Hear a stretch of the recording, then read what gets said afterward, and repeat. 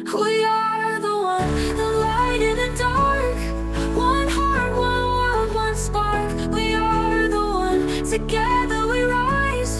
One dream, one voice, one sky. Hi, everybody. Welcome to another episode of Women Empowered Across the World. And this is our podcast. And we have an amazing guest speaker today from Cameroon, Prisca. We are so excited to have you here. And she's going to inspire, really and truly. Get ready to be inspired by her story. Prisca, come join us.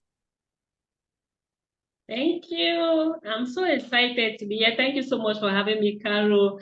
Jackie, thank you. You played a great role in my life, and I'm excited that I met you in 2019 and we're pulling up to now. I'm so excited to be here. Thank you. Beautiful. So share your story with us, Prisca. What have you done in your life? You can start wherever you want to start, but share your story with us. Yeah. All right. I was born into a family of 26 children. Whoa. 16 girls and 10 boys.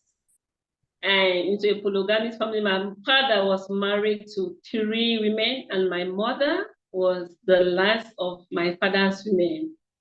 And I am the 15th child of my father and the second child to my mother. You see that just in my family, we had a whole village. The house was never empty. And growing up, what I saw in my mother's was the fact that they could coexist, which is something that is very difficult. I was born 3 months after my sister was born. And that is how my father's 2 wives always gave birth, meaning that I had 2 mothers breastfeeding me when I was growing up. And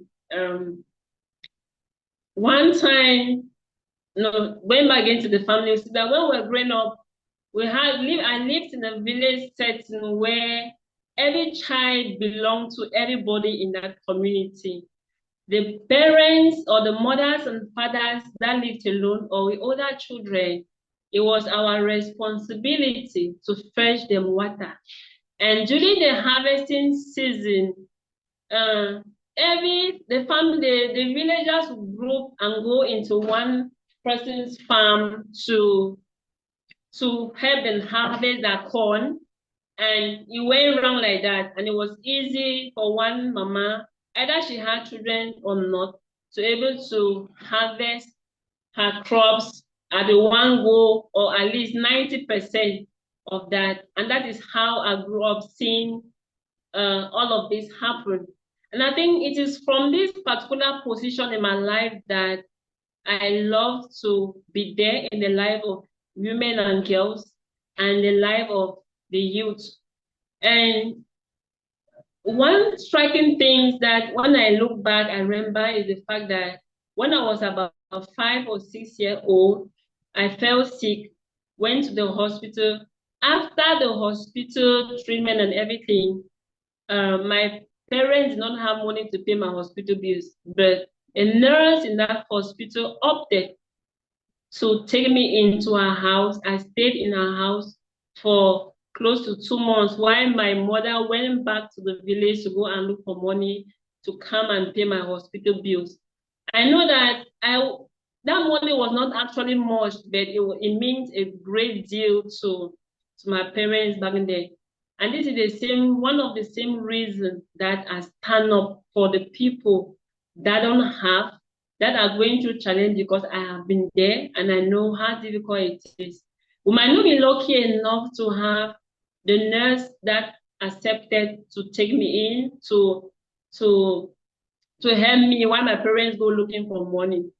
But we have had, working with the crisis men, we have had situations where we've gone to the hospitals and see women who have been discharged from the hospitals, but they don't have money to pay, and we struggle and pay their hospital bills.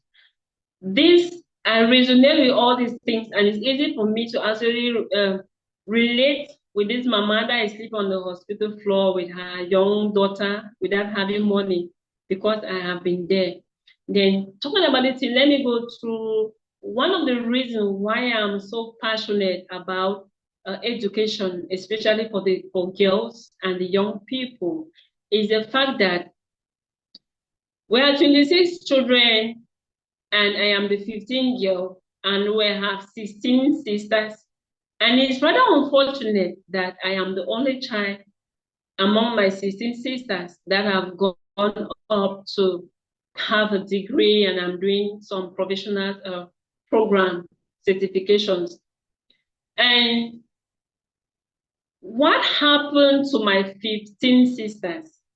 This is the question I'm asking myself. Either they were older than me or younger than me. Why did they not go to school? But I have brothers that are medical doctors, veterinary doctors, accountants, and all of that. But what happened to my own sisters? I don't even want to look at the fact that around the village, the sisters got married young. Right on my own face, I saw my sister being sent off to marry, like, this is your husband. She was not given the permission to fall in love, experience, to decide if this is the person that she wanted to get married to. And this is the same thing that happened to all the people, as a woman, that was the tradition, and we accepted that. So if we could help one girl at a time gain education, I think that we're going to be changing the status quo and doing what we have to do. And it is again for this same reason that I work closely with Lead Girls Africa. In Lead Girls Africa, founded by Rai Ramsey, what we do at Lead Girls Africa is we educate young girls, and it's not just about hygiene, not just about our health, not just about other things, but we are able to do what, to send them back to school. This year alone, we could send just 3 girls to the university to gain their degrees. It's just 3, but again, we believe in that one step at a time and transforming the life of one person at a time. And it is about education that I met Jackie, my coach, and I'm always so blessed to have her when we were doing International Youth Parliament. And she continued to mentor me even after the program was finished. And it's from here that I've had my voice. If somebody stands today and say, "Oh, Prisca, you can talk," they're surprised, because now when I was growing up, this is a little girl trying to figure out her life and just being on her own. So those were some of the things that are keeping me awake, keeping me pushing and trying to ensure that I contribute my own quarter to the world, into my community. And then being a mother and a wife, with the challenges that come with motherhood and wifehood, especially in Africa, a lot of women get to lose their voice because they are just married. And this is a huge, the lady in Nigeria should understand what I'm saying. Sorry, I've forgotten your name, and I'm not seeing names on the screen. This is a huge challenge in Africa, so she can understand what I'm talking about.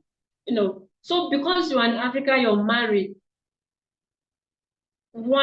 Some people get married and they leave their jobs. People get married, they cannot go to school anymore. First of all, motherhood is first of all challenging. Then you get married and you lose your voice just because you're married.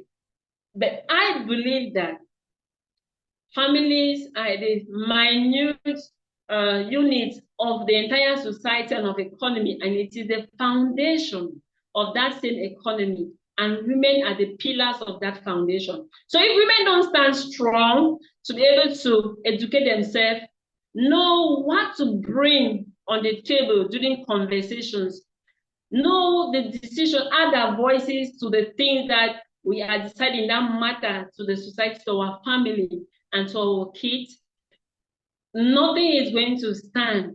And until we are able to learn those little things that matters to us, until we are able to stay positive and remain mentally strong, we might not be able to give the contribution, we might not be involved in the things and having those meaningful conversations that are going to change our home, change us. So we stand strong for women. We're encouraging them and giving them, okay, we are here. We can listen to you talk. And given that in every society there are challenges, every country has its own challenges. Cameroon has their own challenges. And these challenges are affecting women a lot. For instance, we have the Anglophone crisis in Cameroon that has been ongoing for the past 7 or 8 years now. The bulk of people that are facing most of the challenges that are women. We have a lot of young girls that have gone into prostitution. I have a kid sister, she is just 18. When the crisis started, she could not continue school and she stayed in her house for a couple of years. She is a baby. These are babies having babies. How can babies take care of babies? It could be a mistake, yes, we accept that, but when it is affecting the majority of the population, it becomes a problem. How can we handle this problem? And again, due to the crisis that we're having people that are being raped every day. You know, this, first of all, is already a trauma. We went visiting a school last year and we saw 2 beautiful children. They were told that these children were a product of rape. Yes, it is brave that this woman can actually keep the children, but is she brave enough to overcome the trauma that she went through bearing these children? You know, people, even if she's trying to be brave, the society is going to traumatize them.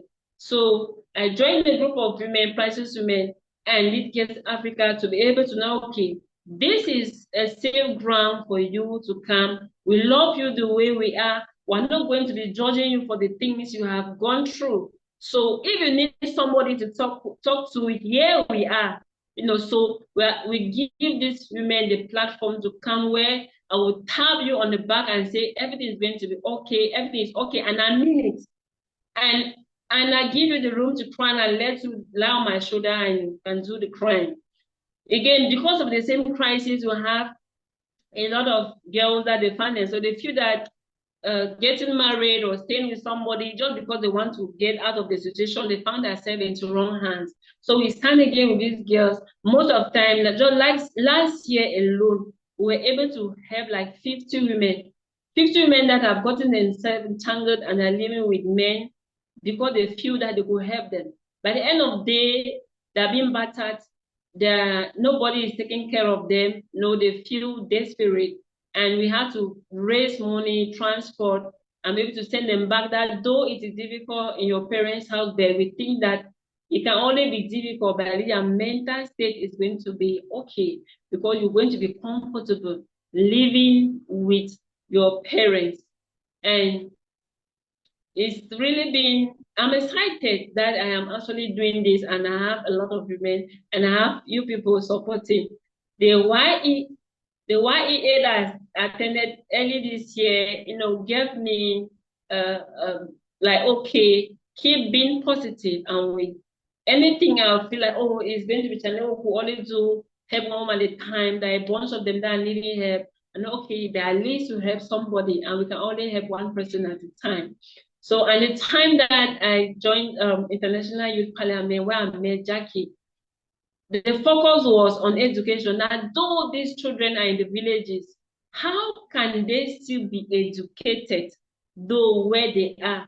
What kind of education do we want these children to gain? The visitor can have to compare with a 5-year-old in Cameroon, should be able to compare with a 5-year-old in China, a 5-year-old in the US. So, and looking at the digital world right now, you know, Africa is left behind and Cameroon is included. So what can we make? What is that difference that we can do in the life of one child? And because we're talking about this, I have a career coaching program that, in short, every young person I meet, I want to understand what are you doing and why are you doing what you're doing. And you will bet me 99% of the time, they don't even know what they're doing, including university graduates. But then you're looking at what is the world saying right now concerning education or concerning their field of interest. and all of that. So depending on what they say, I'm able to guide them. Okay, no matter what you're doing, be thinking AI, be thinking science, because that is where the world is moving to. That is the only thing that is changing the world, you know. And it says AI is changing that fire. When the discovery of fire changed the world, then AI right now is what is changing the world. And that is where the focus is. And because when I'm looking at AI and I'm looking at what is happening, the revolution that has come because of AI, given that the majority of people are left behind, and I've been a mother. And when I gave birth to my two children, after struggling for 8 years to have kids, I said, okay, I wanted to stay in the house to watch this kid grow, to be able to take care of them.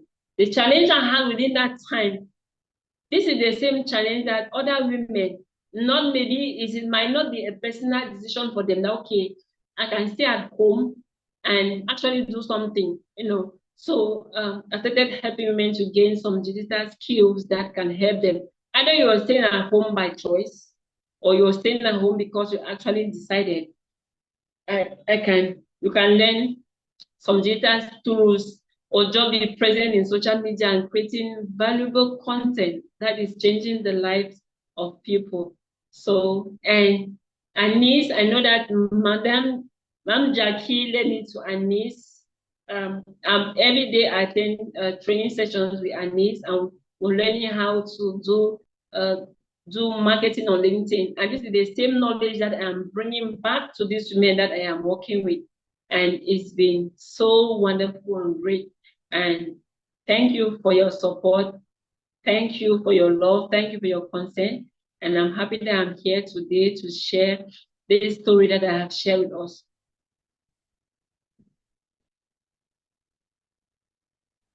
Thank you, Prisca. Thank you so much for sharing. Listen, we don't know what the challenges are until somebody like you comes on and shares them with us and shares them with Yeah. many, many, many people so that we are aware, that we're educated around it.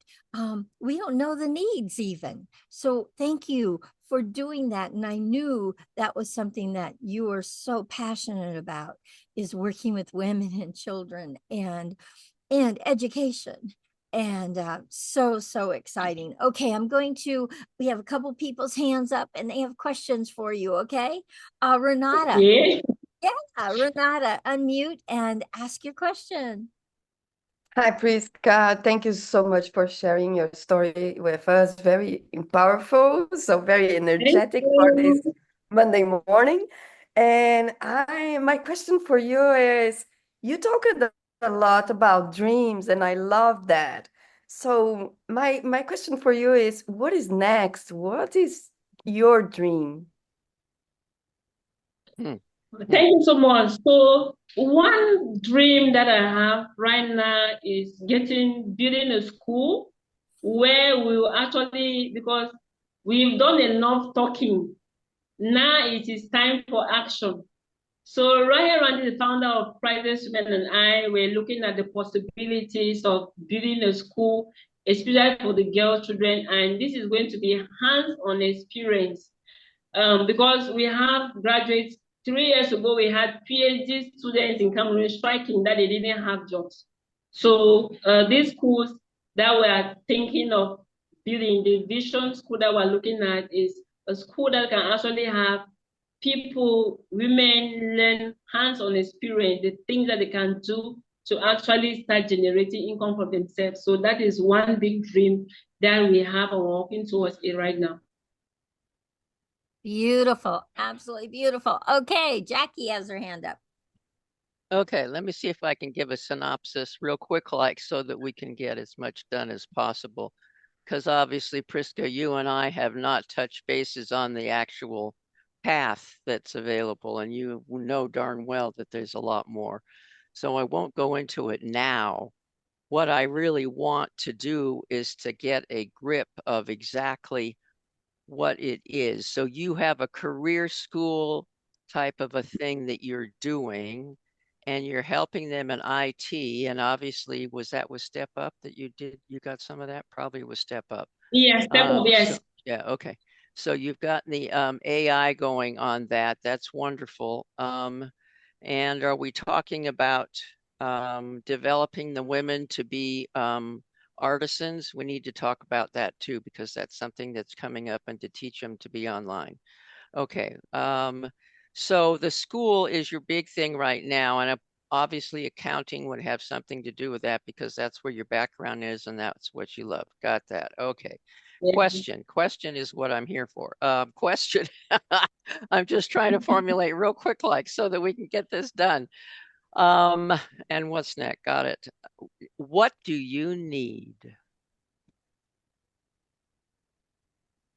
Thank you. That's these are favorite question they've always asked, and it's always very important. So what I really need right now, I think, is since the school is still starting, while trying to get land right now. That is what we need right now. Since we'll not be building a school, that's what we need right now is land for the school project. Okay, land. Perfect. Perfect. And the question on that real quick, like, is the typical, is it the same in Cameroon as in several other countries that women cannot get land? No. Cameroon, after it used to be like that, but the process is easier Okay. now. Okay. Okay. Wonderful. And- Okay. okay. I'll let other people ask, because I know I've sent Susie your direction at least once or twice. I'm hoping that actually connected. Yes, thank you so much. Thank you, Prisca, for sharing. I'm actually from Cameroon too. I'm a Cameroonian. So I was listening to you. I was Okay. like, yes, I definitely can relate to a lot of what you're saying, because it's actually happening home, and we all hear about it, or have cases about it. And definitely thank you for the amazing work we're doing. I was thinking of way we can collaborate more in like the Cameroon sector, and because we are in Cameroon and we are from Cameroon and we have all this Okay. relationship in Okay. Cameroon, so All right. we can have greater impact, like even starting with like going to school outreach. You don't have a school yet, but you can use a school platform to actually start from there, like even thinking of using those resources available. Are you in Yaoundé? No, Douala. Yeah, Douala. Okay, perfect. So we can just like look for strategy like this and to start small. That will be great. I don't know. I had a question, but I don't even know how to ask the questions. No, you know what? Just let's collaborate and talk. Yeah, Because exactly. the question is Okay. very long. All right, Prishka, I have a question for you, and that is this. We are going to, this is a prelude to us doing a women's empowerment program the end of January, and we want Okay. you. We want you to be a part of that and bring the women that you are working with into it, because Okay. it's going to be all about empowering women, having them find their voice. Okay, and being able to share their stories. Yeah. Sure. Yeah. So we want you Oh, to be a part of that. Okay. Just that you Yeah. know. And it's the end of January that it'll start. So I will be sending you information. I'm going to be putting the flyer together this week, so everyone has it and can start inviting people to it. Okay. But Cool. thank you. okay, great. Thank you so much for your Thank support you. today and what you do. Thank you for this. Thank you for raising your hand and saying, I'm the one, when other people wouldn't step up, and you are doing it. So please take those actions, Prisca. Take them. Thank you. And we are behind you. This group right here, yeah, you've got our support. We will cheer you on. We believe in what you're up to and what you're doing. Just know that about, okay? You're not alone. Okay. So I was thrilled to have you as our guest today, because I really wanted you to get that. You're not alone. You've got a lot of powerful women that stand behind you and what you're up to and doing. Okay. All right, guys, Okay. thank you once again for an amazing episode. I love these episodes. I leave here just my heart is so full after our guests come on. And then after our podcast host asks the most amazing questions. So, and that is one that Jackie always really sees. What's your need? What do you need? And we will be reaching out to you, each and every one of us. Okay. So thank you once again, guys. Please, please, if you love these episodes, subscribe, comment, and share them with everyone so we can get the word out everywhere of what Prisca's doing in Cameroon and with women and children. Okay. Thank you once again, and we will see you for another episode on Friday. Bye, everyone. Thank you. Thank you. Thank you. Bye-bye. One we stand.